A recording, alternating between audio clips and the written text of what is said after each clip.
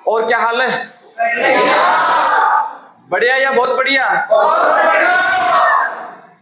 ठीक है, बढ़िया तो होना ही चाहिए। तो पिछले वीडियो में हमने बात की थी शब्द शक्ति, उसके प्रकार और अभिधा शब्द शक्ति का अर्थ और उसकी परिभाषा और उसका विस्तार से हमने अध्ययन किया था।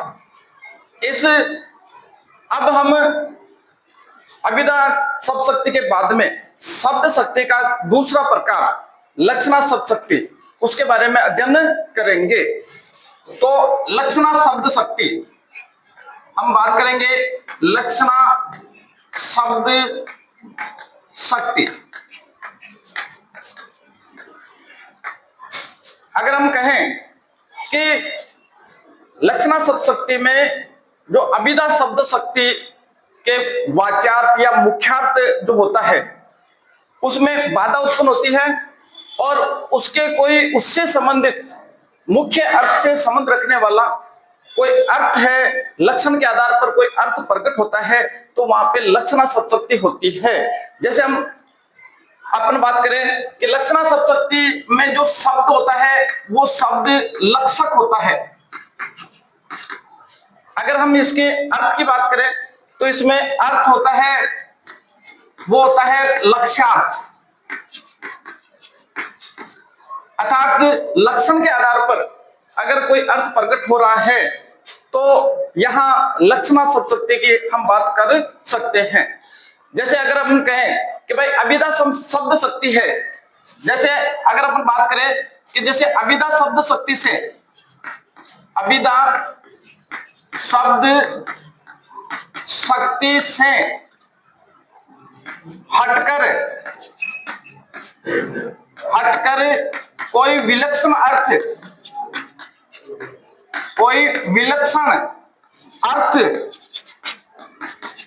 की प्राप्ति हो, विलक्षण अर्थ की प्राप्ति हो तो वहां पर लक्षणा शब्द शक्ति होती है। जैसे अभिधा शब्द शक्ति अपना अर्थ बोध करा करके शांत हो जाती है, अर्थात तो उससे उसका अर्थ प्रकट नहीं हो रहा है, और हम उससे संबंधित कोई मुख्य अर्थ से संबंधित कोई लक्षण के आधार पर अगर हम कोई अर्थ ग्रहण करते हैं तो वहां पे लक्षणा शब्द शक्ति होती है। कौन सी शब्द शक्ति होती है? लक्षणा शब्द शक्ति होती है।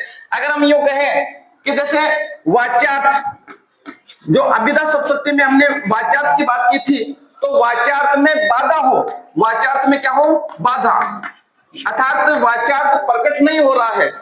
अगर अपन बात करें जैसे मुख्यार्थ, तो मुख्यार्थ में बाधा उत्पन्न हो, मुख्यार्थ में क्या हो?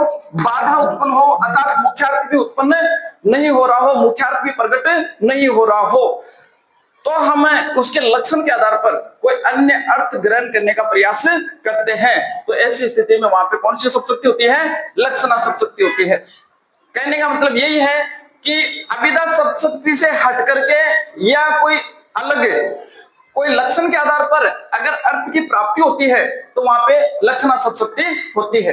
लक्षणा शब्द शक्ति को समझने के लिए हमें तीन बातें ध्यान रखना बहुत जरूरी है। वो तीन बातें देखिए आप। सबसे पहले अपन बात करते हैं, वो ये है कि भाई देखो, वक्ता द्वारा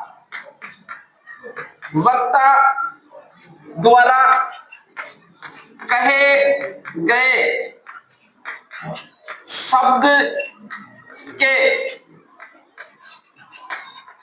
मुख्य अर्थ से संबंधित, तो मुख्य वक्ता द्वारा कहे गए शब्द के मुख्य अर्थ से जो संबंध रखने वाला कोई अन्य अर्थ हमारे को प्रकट होता है, ये अपन कह सकते हैं कि मुख्य अर्थ से अभिष्ट अर्थ, मुख्य अर्थ से अभिष्ट अर्थ का बोध न हो, मुख्य अर्थ का बोध नहीं हो, मुख्य अर्थ है उससे कोई अभिष्ट अर्थ है उसका बोध नहीं हो, अर्थात मुख्य अर्थ प्रकट नहीं हो रहा, अर्थात अभिधा शब्द शक्ति के अनुसार उसका अर्थ प्रकट नहीं हो रहा है।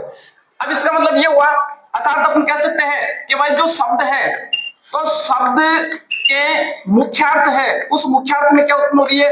बाधा उत्पन्न हो रही है। मुख्यार्थ में बाधा, शब्द के मुख्यार्थ में क्या हो? बाधा हो, यानी जो शब्द का जो मुख्य अर्थ प्रकट हो रहा है उसमें क्या उत्पन्न हो रही है? बाधा उत्पन्न हो रही है, यानी उसका वक्ता जो बात कह रहा है श्रोता वही अर्थ नहीं निकाल पा रहा है, उसमें बाधा उत्पन्न हो रही है।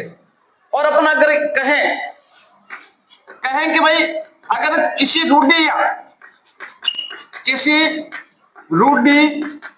या प्रयोजन के आधार पर अपन कह सकते हैं, रूढ़ि या प्रयोजन के आधार पर, और वो भी क्या है? मुख्यार्थ से संबंध रखने वाला। किससे संबंध रखने वाला? मुख्यार्थ से। तो मुख्यार्थ से संबंध रखने वाला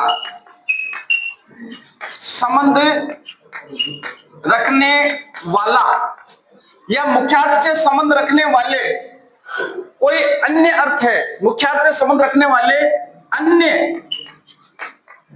अर्थ का बोध हो, मुख्यार्थ से संबंध रखने वाले अन्य अर्थ का क्या हो?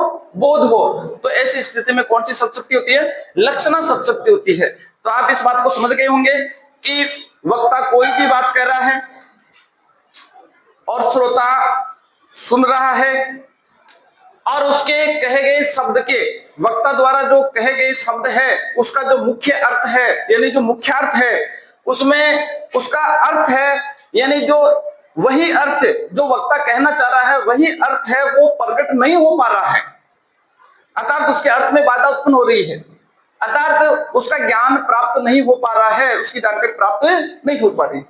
इसका मतलब ये हुआ कि भाई मुख्यार्थ में बाधा उत्पन्न हो रही है, रुकावट आ रही है। और अगर हम कोई रूढ़ि है या कोई प्रयोजन है, किसी को कुछ कहने का कोई प्रयोजन होता है, तो प्रयोजन है उसके आधार पर अगर अपन मुख्यार्थ से संबंध रखने वाला अगर कोई अर्थ अन्य अर्थ ग्रहण कर रहे हैं, तो ऐसी स्थिति में लक्षणा शब्दशक्ति होती है। अब आप ये बात ध्यान रखें कि भाई कोई वाक्य तो कोई अलग वाक्य है और उसका अर्थ है, आप लक्षण के आधार पर कोई अलग ही अर्थ निकाल रहे हैं जिसका मुख्य अर्थ से कोई संबंध नहीं है, तो ऐसी स्थिति में लक्षणा शब्दशक्ति नहीं है। फिर मुख्य अर्थ से संबंध रखने वाला होना चाहिए। किसी अर्थ, कौन से अर्थ से? मुख्य अर्थ से संबंध रखने वाला होना चाहिए। तो वहां पर कौन सी शब्दशक्ति होती है? लक्षणा शब्दशक्ति होती है। अपन इसको उदाहरण से देखते हैं, जैसे एग्जांपल से इसको देखते हैं। अपन बात करते हैं कि देखो पुलिस को देख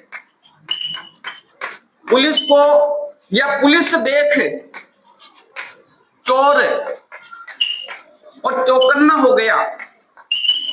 ये देखो चौकन्ना हो गया। अब आप देख सकते हैं कि अगर इसका अभिधा शब्दशक्ति में अगर इसका अर्थ निकाले तो इसका मतलब यह होगा कि पुलिस को देख करके चोर है उसके 4 कान हो गए। यानी अगर आप मुख्यार्थ की बात करते हैं, मुख्यार्थ में इसका अर्थ निकालते हैं या वाच्यार्थ में इसका अर्थ निकालते हैं, तो वो होता है 4 कान।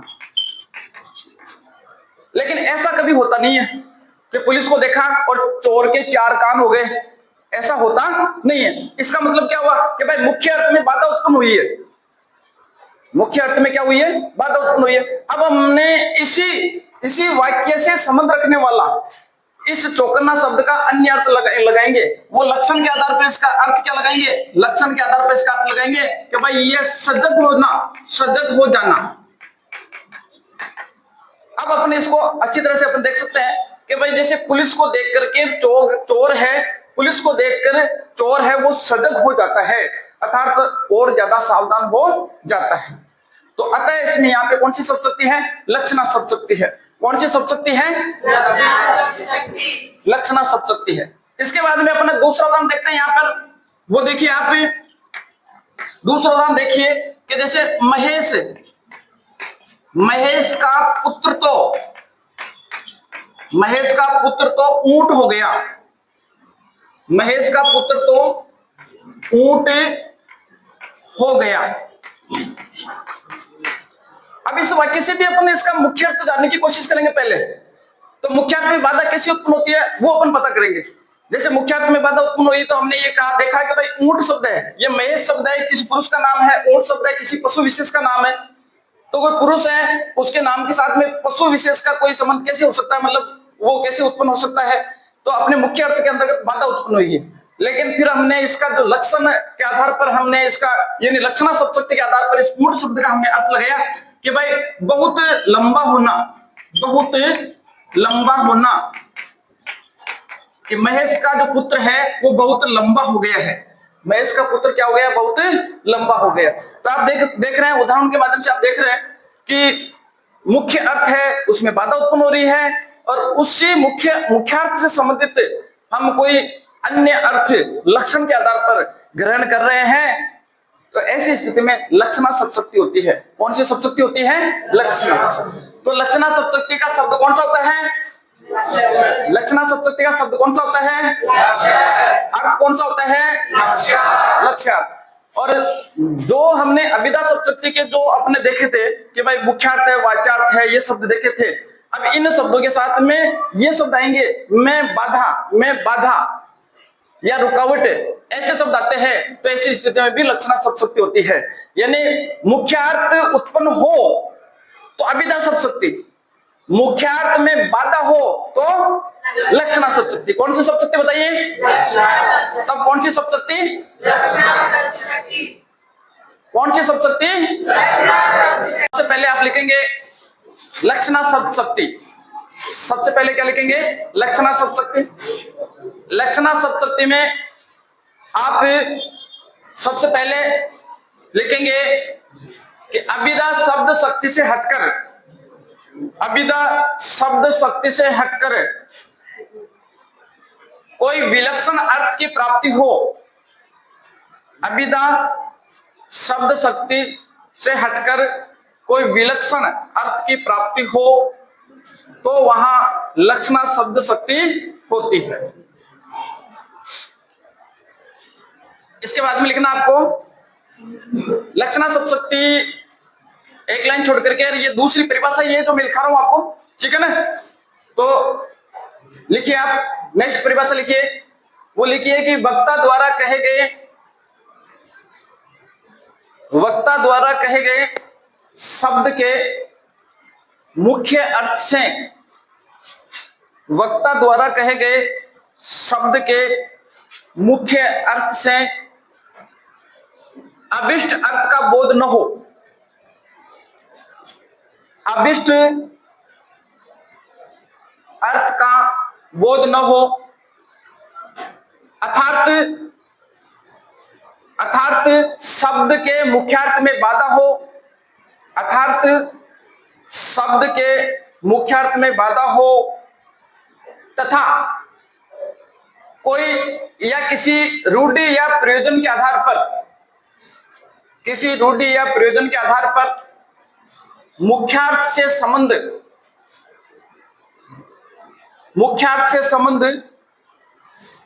रखने वाले अन्य अर्थ का बोध हो, अन्य अर्थ का बोध हो यानी ज्ञान हो, अन्य अर्थ का बोध हो तो वहां लक्षणा शब्द शक्ति होती है।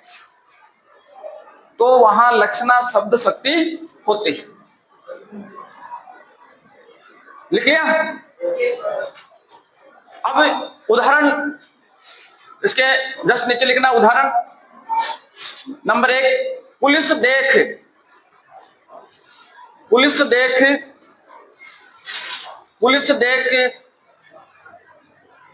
चोर चौकन्ना हो गया। पुलिस देख चोर चौकन्ना हो गया। नंबर 2, महेश का पुत्र तो ऊंट हो गया। महेश का पुत्र तो ऊंट हो गया। इसके नीचे लिखना है स्पष्टीकरण। इन दोनों के नीचे आपको स्पष्टीकरण लिखना है। स्पष्टीकरण, दोनों के नीचे क्या लिखना है? स्पष्टीकरण। और स्पष्टीकरण में आपको लिखना शुरू करना है कि उपर्युक्त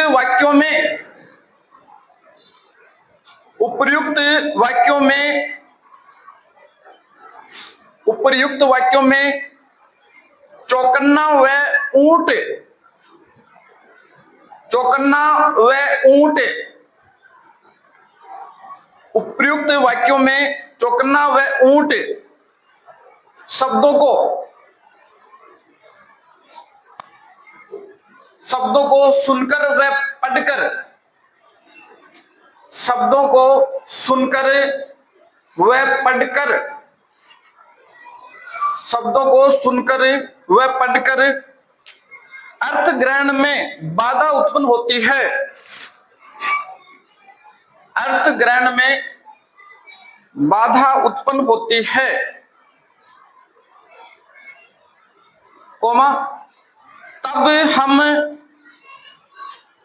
तब हम इनसे संबंधित, तब हम इनसे संबंधित अन्य अर्थ कर्मस्य,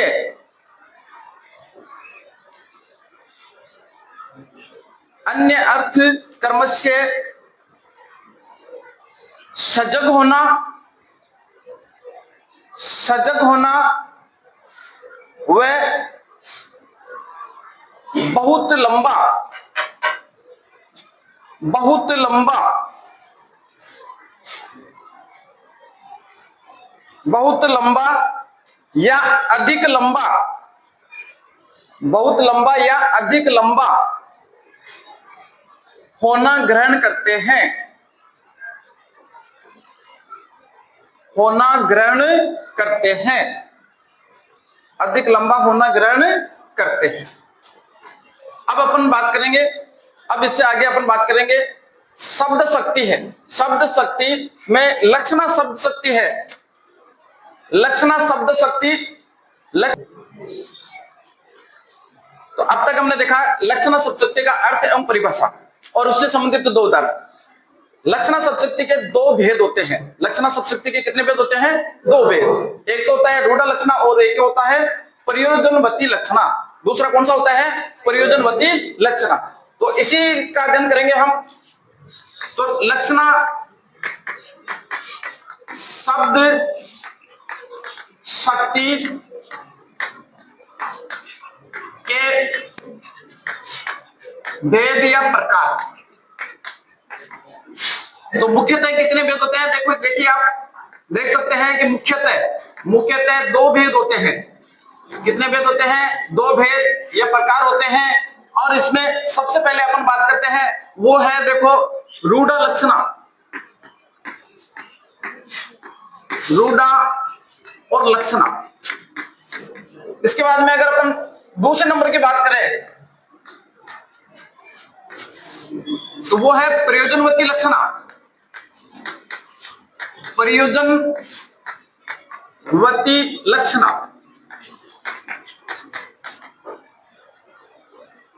तो लक्षणा शब्द शक्ति के कितने भेद होते हैं?